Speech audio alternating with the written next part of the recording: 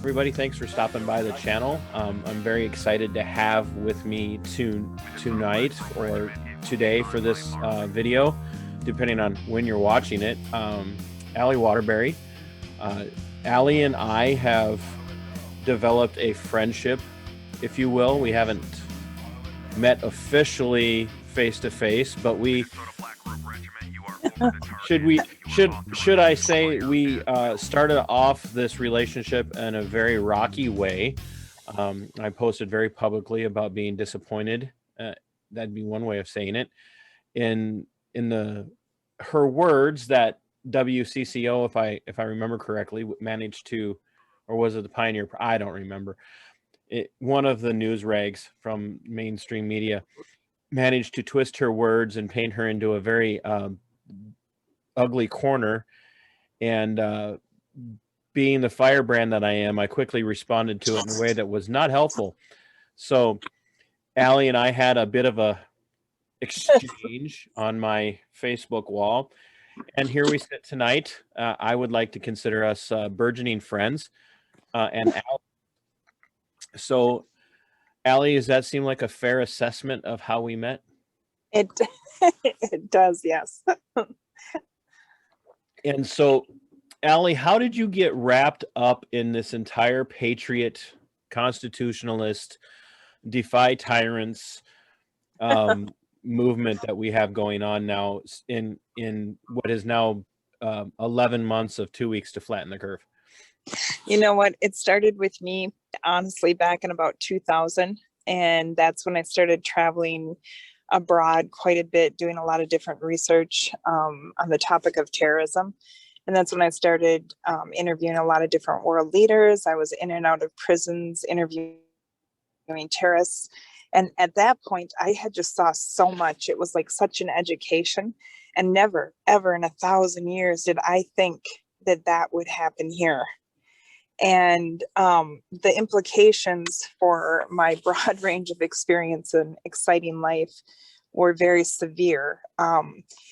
This is the correlation. So when I got back from Israel, my entire communication system back then, I had 3 cell phones. I was on the move constantly, a couple of different computers. I had staff working out of my house. And it was like shut down, completely shut down after I had been in the prisons of Israel interviewing the Hamas. And I couldn't even fathom that there was such unfairness, and like people would really, first of all, even think of me as a threat. I'm still, to this day, I can't figure out what it was that and that happened. And I may never know. But okay, so I hate to disappoint you, but you kind of jumped right into an area where people are going to go, wait a minute, what in the heck are you talking about? Terrorism. So what's your background? How do you get to a point in your life where you're traveling and interviewing and talking to terrorists in Israel, of all things? I mean, how did you get there? How's that even possible? As a runway model to an actress that took 9/11 extremely serious when I was presented with this opportunity to be the lead actress in this television pilot. And so I really ended up orchestrating it and doing everything. But like I said, it did not end pretty for me. And that injustice that I had experienced there, that part, let me back up a little. The actress part and the research I did for the character brought me into being the writer and then an executive producer. And then that's when all hell broke loose and my life fell apart. You mean I'm talking to a model and an actress? Yeah, an old one. An old one that goes to bed at 8:30. You're funny. My channel is either going to explode now or I'm going to die famous, one of the two. So well, and most people know, trust me, that happened when I ran for Congress. But no, so it was just like that injustice. I went through hell and back, and that's a whole nother maybe night that we can talk about that if you want to talk about injustice in the system.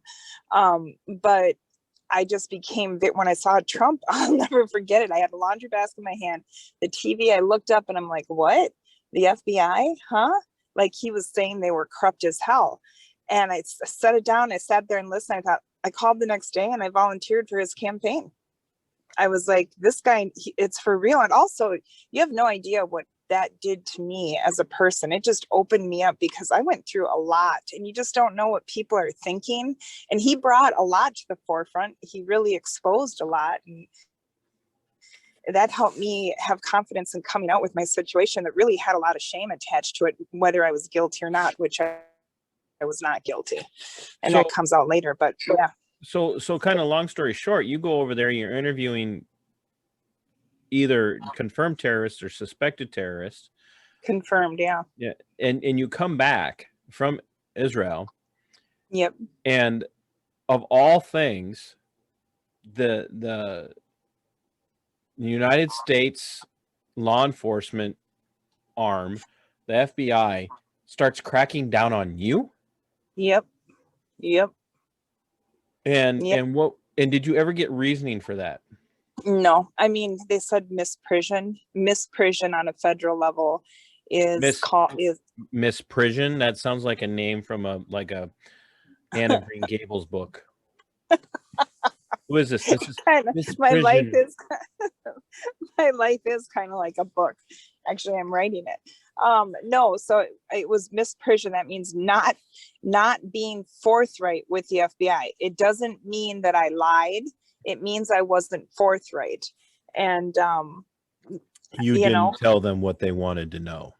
Yeah, something they said I could have exposed or whatever. But like I said, if anybody knows me, I'm a mom of 4. There's no way I would play that game with my life or anybody's. It's just ethically not right, first, and not interested in getting myself in any hot water. But it didn't turn out let that way. sink in. All 10 of you that are watching this. The FBI now gets to charge you with a crime for not telling them what they want to know. Yep. And when I heard Trump talk about this, that's when I was kind of like, when you go through something this severe, I mean, honestly, it was very difficult for me to resurface after my big life and then being shamed publicly because it was all over the news.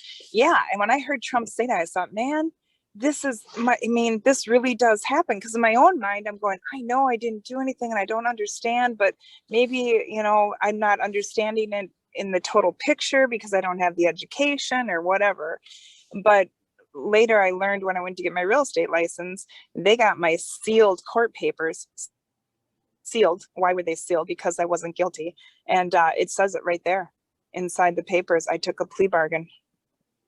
And don't ever take a plea bargain, but then don't ever try to take on the federal government unless you have more than $250,000 in the bank. So it's a catch-22. So you're in that. What year did that all play out? Not seeing Trump, but what year did that really play out? My personal life was 2005.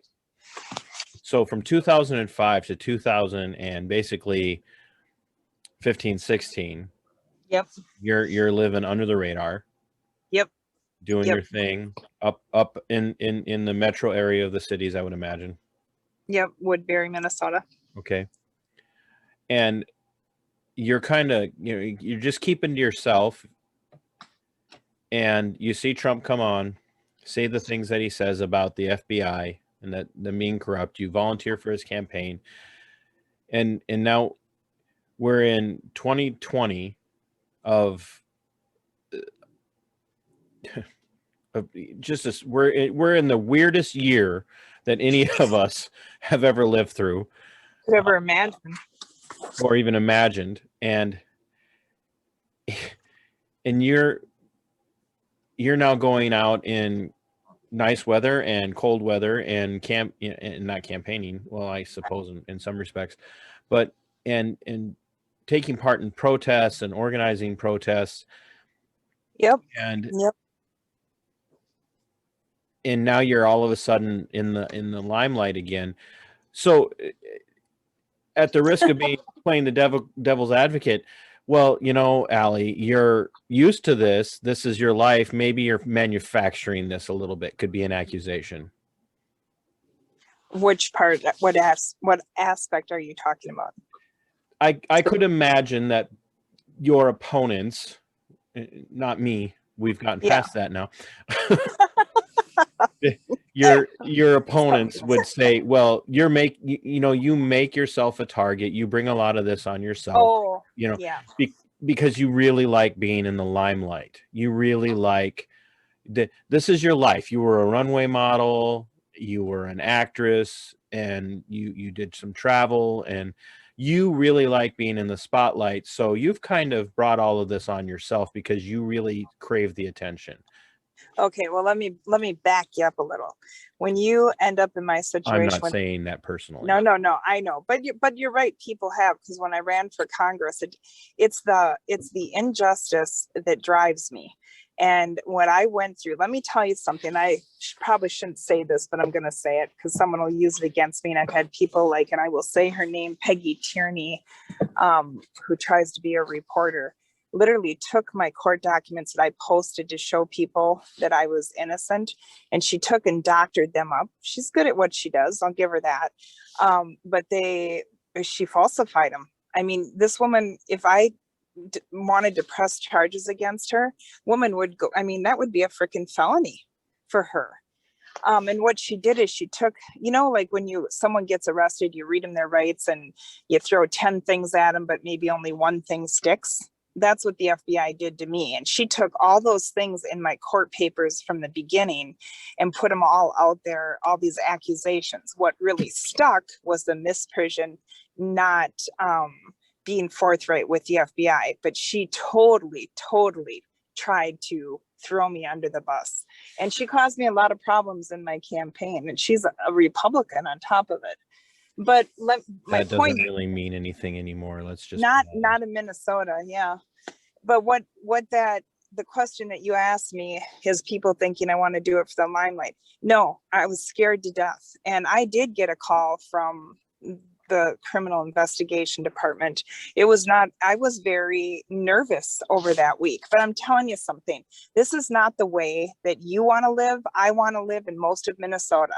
So if somebody doesn't step out, and this is where I use that word, and become a casualty, like Elisa or Larvita, who are fighting for their rights, you know what? We're going to be, I'm not being a drama queen. I mean, seriously, we are going to be like the Holocaust. I mean, I hate to use that comparison, but as fast as things are moving and declining, it's alarming.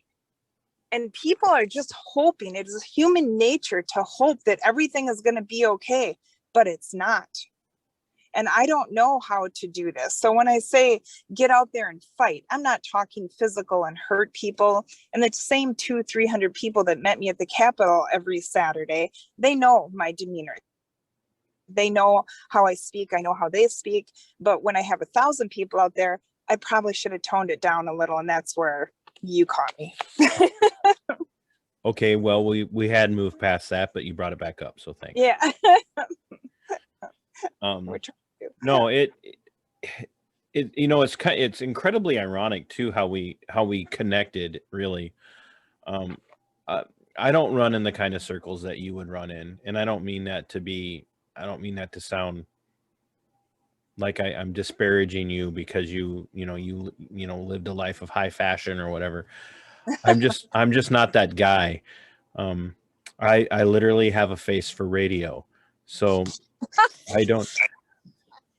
It's so strange of me to be talking to you, who's been in the limelight, who's probably hobnobbed with some people that wouldn't even dream of lowering themselves to talk to me. Oh, Yet stop. here we are in a conversation in a world where we would have never connected before, ever. That's true. And no, well, go ahead. It's a good thing you're outspoken. On Facebook. That's one way of saying it. Outspoken. Blowhard might be the other way of saying it. So but this is what I don't think people understand. Look, this isn't a classist movement. This isn't a Yeah. movement of the rich versus the poor. This isn't a movement of the privileged versus the underprivileged or the oppressed. This is a movement of people who are sitting back and watching everything that has made the United States the greatest country in the history of the world when it comes to Yep. liberty. Yep. And I use the word liberty in a very particular way, in a very calculated way, because there's a difference between rights and freedoms and liberty. And that's what has made the United States a great place, is the way that we execute and exercise liberty. And it's an equalizer that some Oh, schmuck from southeast Minnesota with some yeah. upstart YouTube channel is Yeah. now engaging with someone who has been on the radar of Oh, the FBI and has run for office, and people look to for guidance. When well, prior to 2020, the closest we probably would have come to rubbing elbows would have been walking past each other at some Republican event, if my local Republican official would have dreamed of inviting me into the event for some reason. And that would have been it. We would have never met. We would have never talked. And that's not to put you down, Allie, at all. That's just me. I'm just oh no, honest. and I don't feel that way. I don't feel that way. No, and I think, like I said, you ever think when you asked me the question, like being in the limelight, maybe I went through those experiences for this moment, for this time, to take a stand when people are intimidated and afraid to do what they're doing. You and I would have never talked, but you know what? I'm so sick of being called names and being accused of something that I am not and something that I did not do, that I'm not anyone to mess around with anymore. You know what? You can't do that to people. And I've learned, trust me, I had a quick mouth, and this has taught me a lesson. It's probably a lesson I needed to learn. I wasn't always like this, but I'm very cautious about what I say about people and how I portray them, because what comes around goes around, and it sticks.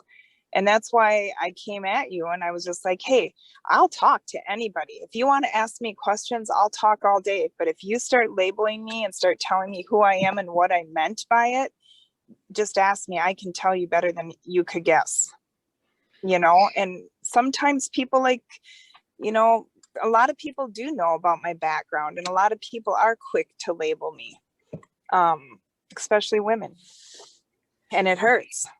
You know what's, and this is gonna make you laugh, so I just want you to be ready for this. The irony of this entire conversation? What? I've interviewed Chad Raftall, Redbeard, Yeah. and Josh Swedlin. Yep. Nobody wants to look at them. Everybody wants to look at the model, and you don't want to be on camera. And so viewership on this video would be much higher. So Next. You got me when I was traveling. That's why I said I had to do I'm in the car a lot because I go from one end of town to the other. I totally understand. I go all the way from Rochester to Spring Valley all the time. So always traveling. Sarcasm. We kept putting this off, so I thought I'll just do it. He's gonna find me if I don't say yes. No, I wanted to do it. I did, but just wasn't gonna work for a video. No, I completely understand. We'll have a different conversation at some point where you're on video and I will pin you down. So, Allie, yeah, outside of the sub-zero weather, how do you look at where we're at right now? Because we are literally less than a month away from a full year of 2 weeks to flatten the curve. Yeah, I'm very concerned. Where do we take this, Allie, as a leader in the movement, as a voice, not of just women, but for all the people who are sitting back and saying, I don't know what to do with this. Where do Yeah, you see us going in the next month? this is for those who are listening. Make sure you repeat what it is I'm about to say. We are in a very we are the situation we are in is so bizarre because if we go out and protest, we've got these Antifa, and then you're putting people in danger. And when I'm told from law enforcement the seriousness of the threat and where we're at, and then I got the FBI coming at me, and I've got Keith Ellison. I am assuming it was Keith Ellison who put my file on this guy's desk and said check her out, because I heard he is the one responsible for doing this to a lot of people in Minnesota right now. That's not confirmed, but I'm assuming. It's very, very scary because you feel like you're trapped. What can you do? This is what I'm telling you. Every time we pick up the phone, we block up people's email, we block up their phone lines. It makes a difference. It's no different than when a bill collector is calling you over and over and over and they want their money. And it makes you nervous. It gets you stressed out. Imagine being a politician that's in the limelight, receiving 300 to 400 phone calls a day. And every time he looks at his email, he's got pissed off people. This is something that is so relevant to this movement, but people don't do it. And that's a protest. That's what a protest is. And that's the thing that I've been trying to get people to understand. And Allie, and I know you're busy, but that's like the video that I just, so it's Thursday night, February 18th, as Allie and I have this conversation for all of you to enjoy and laugh at later on as I make a complete and utter fool of myself. The great thing about all of this is that protests only work when you're actually protesting something and not complying. And Yes. that's what people don't understand.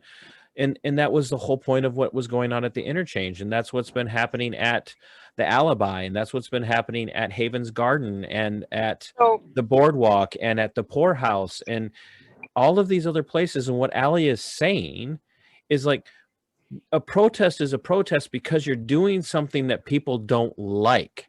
If you're only doing things within a prescribed parameter of what's acceptable in societal terms and societal norms and governmental standards, then you might as well not call it a protest. You might as well just call it doing what you're told. And that's why none of this is working. And Minnesota Nice has got to stop. It's got to stop. Yep. Can I interject here for a second? This is the biggest, I'm going to anyway. This is the biggest problem. This is the biggest problem with Minnesota people. I've lived in LA, I've lived in Georgia, Wisconsin. Actually, I didn't live in Georgia. My mom lived in Georgia. I spent time there though. People here, I'm trying to figure it out. I really am. It's like they're in hope that someone's going to get everything fixed for them. And they don't participate. They have this, they have that. I'm telling you, people, you will not have a job to go to. I said this prior to COVID, the pandemic. I said, I don't know how they'll do it, but they're closing us down. Can you not see this? And a lot of people couldn't. And I'm always called a conspiracy theorist, and I've always got, I'm way ahead of everybody, not because I'm smarter. No, not because I'm smarter, because I do my research. And I don't listen to the news, and I go across the world. I just don't take it from here. And I know that not everyone has the desire to do that or the time, but people have got to quit shutting people down, start listening. I think what you and I did in the beginning of this friendship is we did that. And if we could get more of that going on here in Minnesota, if you hear something that makes you uncomfortable, something you might not want to participate in, don't get on social media and start bashing people. Ask questions, or maybe just go and be silent and check it out, see what the results are. But if we don't come together and unite, we are going to be broken. We are going to be little particles all over the state of Minnesota, and we won't be united. If we're not united and we're not one, we have no force. So when we call and say we're going to Paul Gazelka, yes, we're coming to your house, Paul, because you don't have a backbone. You should have been getting rid of commissioners. Why? Why? Because it causes inner turmoil in the Walz administration. You need to do something. Anything is better than nothing. And when people are elected and paid to serve the people and they choose not to, it's not okay. And we will speak up and we will be heard. Well, and see, the other thing is too, is that, and that's, I might lead into another portion of this conversation, and I'll be grateful for that if it does. But here in the US, we have forgotten that we are outside of the Constitution. We the people are in charge. We are the Yes. We're the boss. Look what the people do when they come together. Something as small, not small, but keeping the Pledge of Allegiance in the St. Louis Park. What was it? When they went to City Hall and protested. When the Mexican company that spoke up and everybody said, "Oh, don't buy from them. Don't." What is it, Ganya? And all of a sudden, everybody Goya. started. Yeah, everyone started buying from there, and the people who were doing the bad stuff, they ended up losing. My Pillow, he actually gained sales. So that's what I'm saying. The power of the people. You know, we've got it, but we've got to do it in a united way where we become a force. I mean, you look overseas, you look at the UK, Paris, when those guys get together and they do a protest, they know how to protest, man. There isn't a spot in the street that you can see. Well, so here's part of the issue is that we have lived They're afraid. Yeah, we have lived in a realm here in the United States where we constantly spend our time saying it's never going to happen to me. Yep. That won't happen to me. That may happen to my neighbor, or that might happen to somebody that's across the country, but that won't happen to me. And the problem with that is it's going to happen to you. And we're seeing that. You know, I have friends out in Idaho who, and I use the word friend in a very, like Facebook way. I have friends out in Idaho who were arrested. Like, let this sink in, people. Who were arrested for singing psalms in front of the city hall in Moscow, Idaho. Ouch. We sit back and say, well, that was there. That's never going to happen to me. Well, yep. Yeah, it will happen to you. And the problem It's happening. when people like Lisa Monet and Larvita McFarquhar and Lisa Hansen and Bruce from the Poorhouse and Jane Moss from the Boardwalk and the Allie Waterburys and the Chad Raftall, who loses his job for even going to DC. And fired for going to DC. Didn't do anything wrong. He just went to DC. And threats come in towards me that we're going to figure out where you work and we're going to get you fired.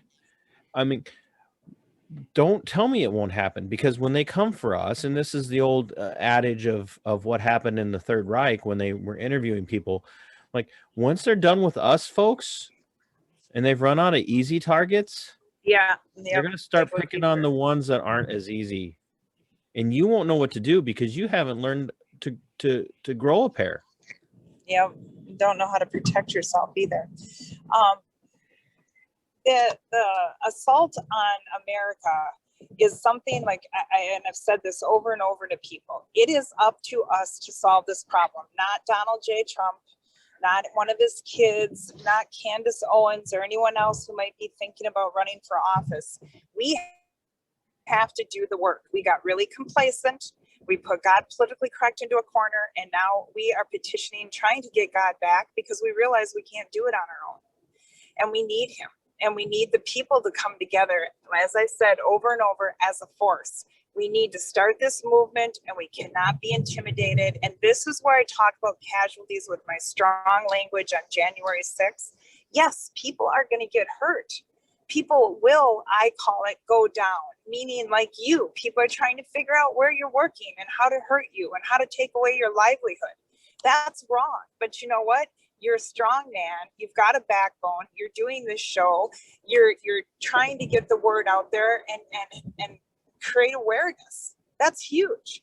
But No, sadly, I just needed a place to vent, Allie. That's why this channel exists. Because well, you know my what? family was tired of listening to me. So. Well, you know what? You tell me you don't have it in your heart. You had to talk about it because it was bothering you. Yeah. Right?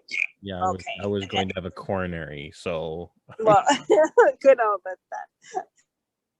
So Putting yourself down, dang it. You're doing a good thing here.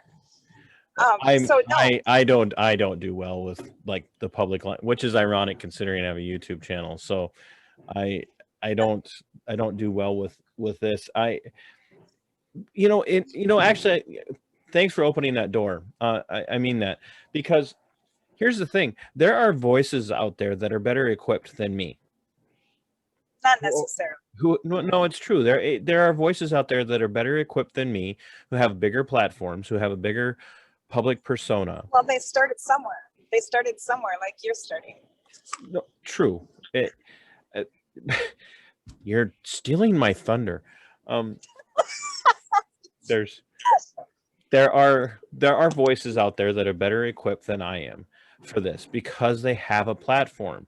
The problem is that even their fans don't take them seriously because they say the same things. So here's an example. Allie, I don't know if you can see me on camera or not. Yep, I can. So I'm wearing my beanie that somebody made for me, a fan through a See, you have fans. Cheryl made this for me, and when she watches this, she'll be embarrassed that I mentioned her. But here's the deal. I'm walking out of the post office yesterday here in my little Rocks and Cows town, and a gal right behind me, as I'm walking out of the post office, she goes, "Oh, I know what the Black Robe Regiment is," and I'm like, "Oh." And I got kind of excited for a second. I thought maybe she knew my channel. No, she knew Alex Jones. So, but it opened up a conversation because I'm like, I waited for her outside in very stalkerish fashion and said, "So tell me a little bit about this. So how do you know what the Black Robe Regiment is?" And she told me she heard about it from somebody that was on Alex Jones. And that's what I'm talking about. Sure. People like Steven Crowder and Alex Jones and Ben Shapiro and others have a platform, but the problem is that the same people that tune into them every day also tune them out because they say the same things. Yeah. Yep. And we need people like Allie and people like the Chad Raftalls of the world and the Jason Hackelas and the Lisa Hansons and the Lisa Monets and the Josh Swedlins and Swedlin. We need people like the Larvitas and the Jane Mosses because people notice when these unknown, unheard of, prior to a year ago, people who had never been on the radar for being rebels speak out. Yep. And it is important. Everyday life, the real people, we're the ones that are really getting hurt by what this governor is doing. You know, they're taking hardworking Americans that I thought that's what America was all about. And they're making their right to work a crime. They're calling them, they're defying the governor. No, they're surviving. For the love of God, I look at Florida and I look at South Dakota. This governor's sick. I mean, he is a terrorist himself. Gee, Allie, don't hold back. Well, he is. What he's doing to people, he is terrorizing their homes. When he said his son was scared and had to leave the mansion because not Black Lives Matter, Antifa showed up. I guess there were people at the mansion after the weekend after the 6th of January. And he said, and he was crying. You know what? How do you think Larvita's kids feel when you had to shut down her business senselessly. She's out in the middle of nowhere, and tell her kids, I don't have money for school. We have to move again. We've got to do this. We've got to do that. Same with Lisa. Same with the small gym owner. I mean, how do you think these families, how are they going to pay their bills? What do you do when they come and take their cars away, put their houses up for sale? Come on, Walls. Really? Think of Mark Royce. I don't know if you know Mark, but Mark is a kind of an MMA gym owner. His wife does yoga studios.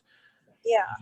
And they have several. And in a year ago, everybody would have been like, wow, these people, these are entrepreneurs. They're making it. Maybe they're not quite Shark Tank level entrepreneurs, but they're making it in Minnesota. And Mark's struggling. Mark's with a business that was successful. His business was so successful that Lisa Monet was one of his clients. And I don't mean that like if Lisa Monet is your client, you're clearly, nailing it. What I'm saying is that she had been doing business with him as a client for years. Yeah. And here he is saying, look, folks, I need help. Yep. Yeah, well, and that's what I said, trying to, any story, I don't know, don't even get me going. This governor thing, it's like, that's the other thing, going to our politicians. That's why you're on here. Yeah. Our politicians, listen, I know that their job is not easy, but for God's sakes, yes, can't we get creative? There's got to be a way that you guys can unite and take this SOB down. I mean, the guy is not for the people. He doesn't even make sense. There's got to be something with him. He's in over his head. I don't know what that means or how that looks, but the guy is clearly in over his head, because you don't make such stupid decisions for no reason. Somebody is telling him what to do. There's a desired outcome, and he is being obedient. He is not thinking for himself. Nobody can be that stupid after all of his life experiences. He just cannot be this dumb. What if I posited this idea that he's always been this stupid? Well, if he didn't grow in 12 years as a U.S. congressperson, whatever, he was in the Navy or whatever it was. He was in the Army National Guard, and there is... Oh, is that what it was? Yeah. I thought he was... Oh. No, there may or may not be coming here in the near future, and I'm not saying this is going to happen for a fact, but I might have some inside information as to exactly what his career contained or pertained and what it looked like, because I know someone whose father served directly with him, not under him, but directly with him in pretty much the same capacity. And when it came time for him to put his money where his mouth is, and kind of, excuse the terminology, go balls to the walls, Good one. he quickly resigned his position and went from that into public service in the sense of being an elected person. And what did he rely on? Oh, I'm a vet, so I might be DFL, but I'm a vet. Well, let me tell you, I'm not lifting the guy and saying he's any freaking genius, not by any stretch of the imagination. Smarter rocks. But what I'm saying is that he's got life experience, okay? And with life experience, you can't do the crap that this man is doing.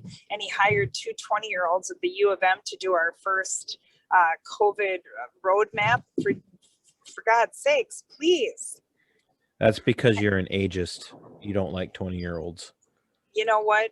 Not when they're in control of our lives like this. You're damn right I don't. I don't trust most people that are under 30 to control, let alone. And we love our millennials. It's just, you got to have experiences to be able to make big decisions, Our patriotic millennials. Yes. Well, we love all people. Just, And do we though? I mean, like, you know what? I say that cheekily. I love everyone. So. No, I have voted Democrat in my life when I was younger. Then you have kids and no interviews over. So.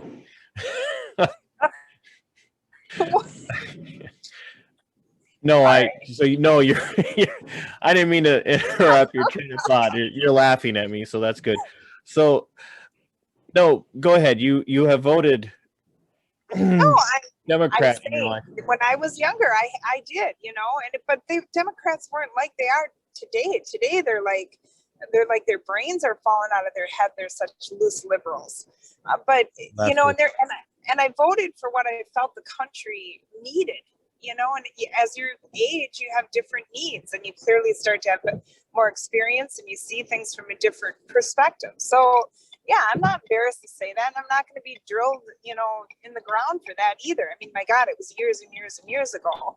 But my point being, The old saying is that when you're young, if you're not a liberal, you have no heart, and when you grow older, if you're not conservative, you have no brain. listen, our millennials, I'm going to put this out there. Our millennials, which I've done a lot of research on recently because I'm doing a project with the churches. Our millennials are being told in school not to believe in God, to believe in many things. This is what is occurring in the classrooms. And most parents don't even know this because we're sending our kids to school. They're taking in this information and they're thinking, well, mom and dad send us here. They must know what's going on. They don't. And this is why the home has to push and push and actually not push, reel your kids in, keep them close and give them accurate, good information and historical facts. Well, here's the irony of what you're, or not the irony, but the reality of what you're saying. And if you watch any of my stuff, or if you listen to me enough, or read anything that I post on Facebook or other places, there's one very influential man named Antonio Gramsci, and he really kind of taught a man named Saul. Yep. Taught a man named Saul Alinsky everything that Saul knew. Yep. Everything that Saul knew, he passed on to all of his disciples. And his disciples are still out there today. And what you're saying, Allie, is exactly what I've been warning people about for a very long time, which is that what Gramsci called the long, slow trudge through the institutions. And they started first with higher education, the universities and the colleges, and they worked down into the government public schools. And they worked down into that to the point where even conservative teachers have no idea that they're teaching Gramscian theory. They have no idea that's what they're teaching. And do you know how long ago that started? Yes, exactly. That's crazy. Yeah, exactly. And that's why he called it the long, slow trudge. And so here we are now. It's 2021. Our not all of them, but many of our school teachers are screaming bloody murder along because their union's telling them that they can't go back.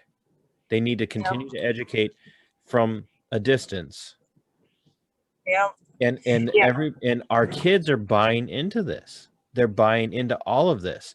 And the reason why this is all working is because they've all been taught for generations now that this is how to think. Well, they have their reinforcement. Let me tell you, my daughter was a junior in high school and she came home and said, Mom, I don't know what's going on in this classroom. She goes, it's getting weirder and weirder. She goes, they asked me if I ever wore a baseball cap or played football. And I said, yes. She goes, well, then you're transgender. Why do we have to give you a he or a she if you're a girl playing boys sports? I pulled her out and put her in a Christian school the last year. It was probably the best thing I ever did. But that's how messed up the schools are. And now don't believe in God. We're the Bible thumpers. I don't know how old you are, but my generation is the Bible thumpers. I mean, yeah, that we're pretty close in age, so I won't make you say how old you are because you're a lady. So I wouldn't tell you anyway. Exactly, and I wouldn't ask because you would know how to find me. So hey, let's turn that focus a little bit, because this is not the first time the idea of the church and faith has come up. How long have you, or would you consider yourself to be and I'm gonna go way out there and expose you.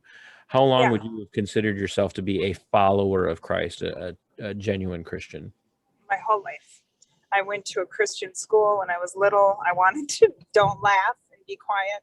I wanted to be a nun when I was younger. And I've always believed with my I've always believed in with my whole heart and soul. I no longer practice Catholicism now.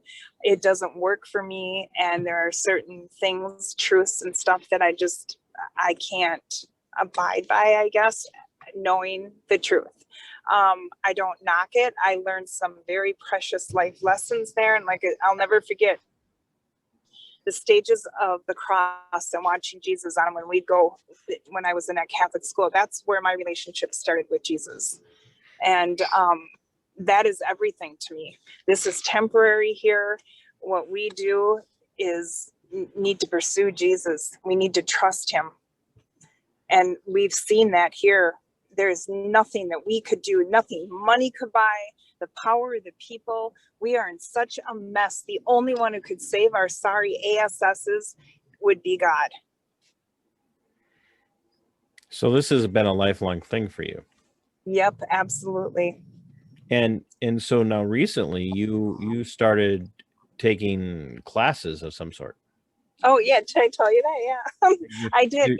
I listen when you talk to me. That's rare for a man. Thank you. Wow. You just went right there.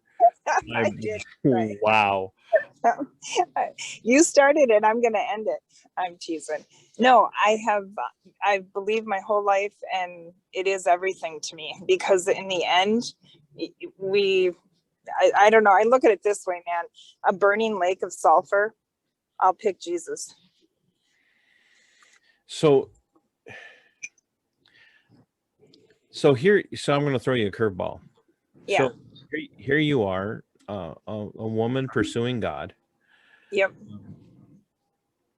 And the Bible tells us that we're not supposed to concern ourselves with affairs of the world. And at the same time, we're supposed to submit to governing authorities, Romans 13, 1 Peter 2. And pray for the. Okay, let's back up here. First of all, obey your government officials that are lined up with those who abide by the word of God. Nothing surpasses the word of God. No government official. And let me throw this one at you, buddy. So you're telling me if we're supposed to abide, I mean, not, you didn't say it, but if we're supposed to abide by our government officials and do what they tell us to do, okay, Hitler, tell me, how many more people do I kill? No. It's the word of God. And if you don't know the word of God, you don't know what the hell that means. Not you, but other people. And that's, people get so confused. And I fought this one on social media for the last year over and over. Why are you're supposed to surrender to the government officials, not ones that kill 60 million babies in a lifetime. No, that's not okay. God also tells us, take care of those who can't take care of themselves. And there's many, many, many things that people are not able to do because the government officials are filling their pockets. They're glorifying themselves. They're not glorifying God. That's why when Trump got on there and he said, our Savior is Jesus Christ, he had me hook, line, and sinker. And you know what? People can say, well, you don't know what he does behind closed door. You know what? I don't care. The message that he's sharing with the people, saving the babies and saving our God-given rights, that's all I need to see. We're human. We're going to err, and we can seek forgiveness. And yes, I'm a woman pursuing God. And yes, I am in Bible school. And so, Allie, how do you really feel? So, no, that's,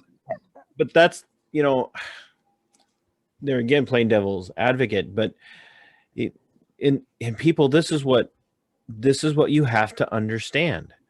Look, I mentioned this before with Gramsci and then Alinsky and Allie's, I know I can't see her right now, but I know she's nodding. This is what they're talking about. This long, slow trudge through the institutions. It wasn't just the colleges. It wasn't just the universities. It wasn't just the government schools. Look, ladies and gentlemen, the United States public education system was started by a man who bowed the knee to Marxists. Yep. And he took his direction from men like Gramsci, and that's Newton. And there's a reason why our schools are in the shape they're in today. But all that being said, it's not just this education system in the regards of what we would consider the 4 R's: reading, writing, and arithmetic. It's our churches too. Our churches are being inundated with this thought process, which is why you can talk to some people, and I'm not going to name any names, like TC Pearson, who is having a hard time going back to worship because every church in his area, save one, is literally caving in to every little thing that the government's telling them to do. Oh, then you need to work with. You want us to shut down for a while? Okay, because you're watching out for us. Oh, you think we should wear masks and social distance? Okay, we'll do that. And I'm going to stop now because Allie was going to say something. So it's your show now. No, I was just going to say, when it comes to the churches, this is a project that we're doing right now. We literally are putting together a letter, and we're trying to meet with church leaders and tell them, you know what, guys? The word of God is supposed to change man. You're not supposed to change the word of God to accommodate man's sin. And this is what we've done. We're keeping the churches full, and they're collecting a paycheck, and we're letting the souls disintegrate. We cannot do this. And God says that in the Bible as well. You know, if you see it, you better call it out, not be disrespectful, don't be violent, but you need to hold people accountable. And you should go praise and worship, just because it takes good people who can identify this and hold them accountable. We need good people in the church. And, you know, that's what happened in government. No one wants to run like Josh. Josh would have been a great governor. He's one of the real people. Huh? I'm not a good person. Yeah. What? Wait, is there something I don't know about you? Trust me, there's a lot of things. You keep putting yourself down. You're scary. I'm teasing. No, I'm horrible. I'm horrible about, like, you need, listen, we need. There are things like you're over here going, and we're trying to put together this group, and we're talking to churches, and I'm over here going, sheepishly raising my hand, going, I know a guy who might be able to tell some stories. and well, here's kind of why I really appreciate what you're saying. So I have I wouldn't say well known, but I'm known among some for being the kind of guy who may or may not, on occasion, with another YouTube channel that he has, he goes out and he actually preaches the gospel in public, in the open air, I like that, in city centers and college campuses and stuff. But he's been taking some heat, and maybe rightly so to some degree, from some Christian friends who say, well, you don't seem to be as concerned about that anymore. And sometimes you say some really harsh things, and you might even use a curse word here and there. And that's not the TC or the Todd that we know. And I'm over here going, well, you didn't really know me. This kind of stuff has been on my mind for years.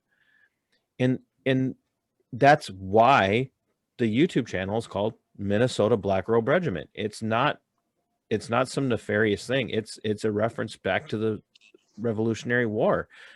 And I say this all the time, which is why King George said, I hate that damn Presbyterian War. And here's what I'm going to say. And Allie, I know you're going to recognize this, even if you aren't coming from my necessarily exact doctrinal perspective. There would be no King George saying, I hate that damn Presbyterian War today, because the very people who were responsible for inspiring men to go out and join the fight against tyranny were coming predominantly from Calvinistic Reformed Presbyterian churches during the Revolutionary War, are now those men today who are complying with every damned thing that the government wants them to do, because we have a faulty understanding of Romans 13 and other passages, and we're just complying because it's for our good. And Yeah. where are the strong men of God? And no offense to you ladies who are strong, I do happen to have a maybe slightly different perspective than some, but where are the strong men of God today? Not the weird radical guys who run around dancing half naked in the streets and speaking in weird unknown languages and claiming it's all from God.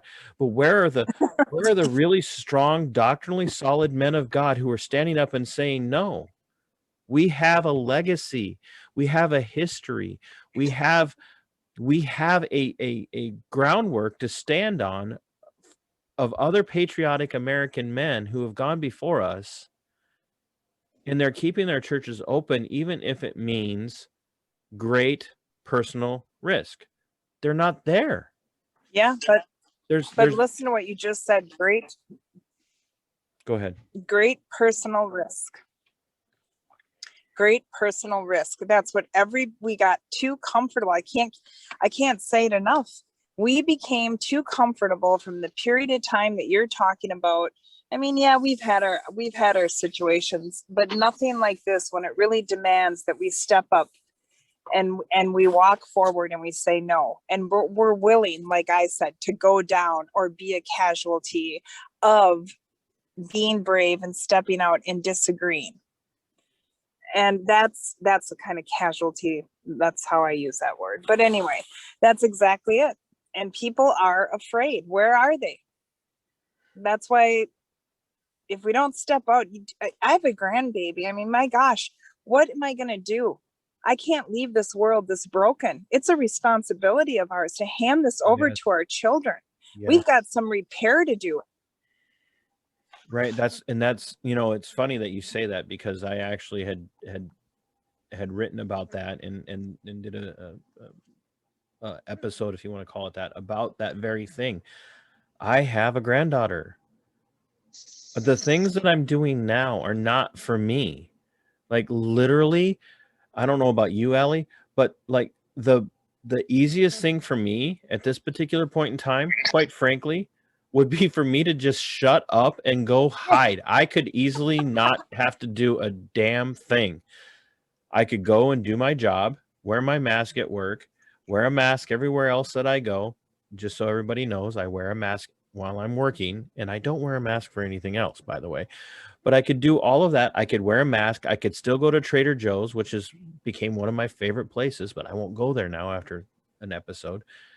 But I could go every place that I want to go and not have to worry about any hassle. I wouldn't have to take any flack from anybody. I wouldn't have to worry about my employer breathing down my neck if I'm embarrassing the image and any of that stuff. I wouldn't have to worry about any of that, but I'm not doing what I'm doing because of me.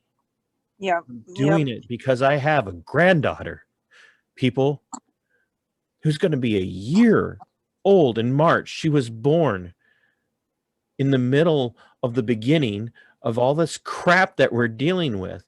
And everybody kept saying, don't worry, it'll be over. You'll be able to have her birthday party. And no.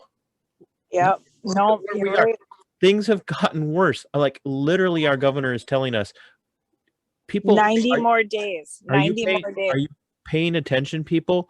Remember back before Thanksgiving, we were told we couldn't have more than 2 households and more than 10 people, to now only 1 household. That's never changed. Yeah. That hasn't changed. Yeah. And he wants 90 more days. For what? He said it on the news today, 90 more days. And you know what? The world you want to leave for your grandchildren. Listen, it'll only be a rule or a law or a mandate if we abide by it. I'll tell you, I saw something was it Colorado? I think it was. People went in the store and they were trying to kick them out, but there was like 200 people. And that's what I think we need to do here. Get 200 people going without a mask. My God, South Dakota and Florida are doing just fine. What kind of fairy tale? Well, drama? but Allie, okay, come on now, Allie. Let's be reasonable. Yeah. Come on, Allie. South Dakota, of course their numbers are lower. There's not as many people there, Allie. Come on, use your head. All right. Do you really need me to go there? I'm trying. Well, you know what I'm saying. Yes. And okay, let's skip South Dakota and go to Florida. All right. They're living those are all old retired people, so nobody cares. Will you be quiet? Probably not. Listen, you get you get my point, right? All right. We don't need to mask up. Now they want to mask on us here in Minnesota. They're not doing it in other states. We got this goofy ass governor. You guys, we just have to stop doing the ridiculous stuff. Our gut tells us differently. We listen to God. We don't listen to a man that has no, I mean, our poor kids from this generation are going to be so traumatized and so messed up. And these are the kids that are going to be taking care of us when we're older, making the laws. I mean, my God, they'll probably have us all executed by 65. Think about it. I want everybody who might be around roughly the same age as Allie and I'm clearly far older than Allie. I doubt it. So Allie's 25 and holding. So here you wait till I do. So here we are. I want everybody to think about this. You have grandchildren. If you have grandchildren, have they seen your face? Think about that. Yeah, that's deep. My granddaughter, she's a precious image bearer, gift from God, not just to her parents, but to her grandmother and to her uncle and to me and to her great-grandmothers and her great uncle. She is a precious gift. I will not, do you understand? I will not withhold from her a joyful countenance because I'm more terrified of what my governor will do to me than what would happen if she grows up seeing everybody covering their countenance. Yeah. God bless you. We've got our work cut out for us, Minnesota. We must have a backbone. We got to do it. It's a sacrifice now that'll make things better for everyone, those precious little babies that we are responsible for. And reprogramming, I shouldn't use that word, sorry. Not reprogramming. Well, it's unprogramming. They've been told lies and deceitful things about our history. And it really is our job to get the truth back out there. It's not going to be fun and it's not easy. So Ellie, I don't want to keep you for too much longer. I'm glad that we finally got around to this. And I have a funny feeling we could probably do another one. But I want you to take a few minutes and I want you to tell the tens and tens what it is that you want to see happen as we approach the 1-year anniversary of 2 weeks to flatten the curve. And what message would you send, not just to Governor Walz, but to the vast majority of Republican lawmakers in the state of Minnesota? And let's just be frank. They talk the talk, but they're not walking the walk. No, they are not. So what would you like to see happen in the next couple of weeks, in the next month, on the individual level for Minnesotans?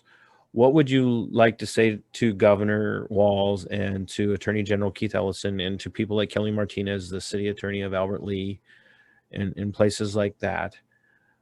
And what would you say to those, all the lawmakers who just aren't doing enough? Yeah, in reference to Walz, Ellison, and the other gal, there's nothing we can say. With my experience in life and seeing what I'm seeing with these people, there has to be somebody in control of them. They are, I think Walz is in over his head. That's the way I see it. And he's got to do what he's got to do. With Ellison, he's evil. And this is why a lot of people in this state are afraid to come out and protest and do stuff, because he's going after hardworking, innocent people, and he is making them, I don't know, criminal celebrities. It's awful what he's doing. As far as the Republican politicians, you know, guys, it is pitiful to watch you guys get your ass handed to you the way that you have from the Democrats. I'm embarrassed. I would think there'd be a little bit more innovative approach to how to handle him.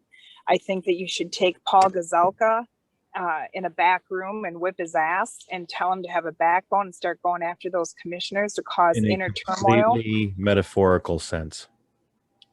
Oh, yes, of course. Here we go with that again. Yes, not literally, but yeah. Anyway, and tell him that you are not going to settle. But nobody in Minnesota knows how to do that. Everybody has to be politically correct, and they don't like confrontation. And that's why what's that? Spineless. That's why you and I and other people stand out, because we use our voices, and it's not for ourselves. We're fighting for the people. You know, we're fighting for our freedom. And people, I mean, if you read the book, A Nation Without God, about Hitler's approach to how he even went to prison for a year and came out and had a stronger following than when he went in. I mean, it's amazing to watch how he did that to people. It is happening here. It may be the Democrats, but it's happening. And they have complete control. People, make your phone calls. When there's a protest, don't make an excuse. Get out there and do it. You don't have to be up front. Just be a body in the crowd. You know, people get intimidated. They listen to massive amounts of people. Every time the people show up, they listen. And, you know, as far as our politicians, you guys know what you have to do. This is ridiculous. I mean, file impeachment. Did you talk to anybody about the impeachment process? I mean, have I had anybody on the show or on my? Yeah. Or now I'm talking about it like a show. Have I had anybody come on? Good for you. It's not a show. No, I haven't yet. And one, I have intentionally, to be honest with you, I have intentionally refrained from reaching out for a more formal conversation with some of them, because I want them to focus on what they're doing. Yeah, well, the whole impeachment process to me is kind of, I'm trying to figure that out, because I know Mortensen is doing it. And we spoke to him last week. Not I did, but somebody else did. And it's not a good idea for us to impeach Walz, in the sense where we would lose our power in the Senate, and then they would totally have the state hook, line, and sinker. But then on the other hand, yeah, we need to go after him just to show him that, you know what, there are boundaries, and you're not going to win. But then you got to use common sense. So here's what I would tell people. And Allie, if you think I'm a nut job, that's fine. You wouldn't be the first person who's walked away from a conversation with me going, he's a nut job. Here's what I think we really need to do. You had mentioned the people that showed up at the store and they wanted to kick them all out, but there was 200 of them. Look, Minnesotans, first thing that we need to do is what happened last week. On Saturday, I had a little event. It was very little, literally little. It was less than 30 people. And I, did a little bit of speaking, and I interviewed, for lack of better terminology, Redbeard, but we just talked. And now guess what Redbeard's doing? He's organizing another event. I had an awakening. I was going to shut down from politics and everything was, I'm done with this. It's after I saw Trump, and I thought, you know what? I talked to a pastor friend of mine, and he said, now is not the time to stop. Get out there. Exactly. And fight. We're going to have to do this again. I've kept you on for almost an hour and a half. So I really appreciate your time, and I really appreciate everything that you've had to say tonight. And I'm very thankful that our friendship has gone the right direction after our initial interaction with each other. And I look forward to meeting. Yeah, you big bully. Thank you, Kim Norton. I look forward to meeting you face to face. I appreciate you. I really do. And I hope this show becomes a great success, because you're awesome at what you do. I've enjoyed talking to you. Well, you have a very good night. And until we meet in person. Exactly. God bless. Oh, God bless you. Bye. We'll talk soon. Yep. Thank you very much.